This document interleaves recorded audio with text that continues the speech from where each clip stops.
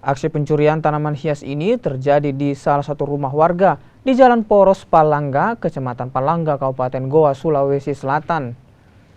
Dari hasil rekaman CCTV, pelaku pencurian belasan tanaman hias ini berjumlah 1 orang dan melancarkan aksinya pada malam hari. Tak hanya di rumah korban, kasus pencurian ini ternyata juga terjadi di sejumlah rumah lainnya yang berdekatan dengan rumah korban. Kasus ini pun kini dilaporkan ke pihak kepolisian Kabupaten Goa, Sulawesi Selatan. Sekitar jam 6 lewat buka pintu, lihat pot-pot saya sudah pada kosong. Buka CCTV kelihatan tapi tak terlalu nampak. Oh, jadi saya tuh karena kebetulan kurang sehat, cuma seputar-seputar tetangga saja lah. Terus sempat saya jalan ke penjual bunga di Tanggul cari-cari, tapi belum dapat.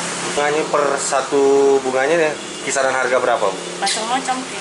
Variasi dari harga paling rendah dan paling tinggi itu berapa? Dari harga 400, paling rendah itu 100.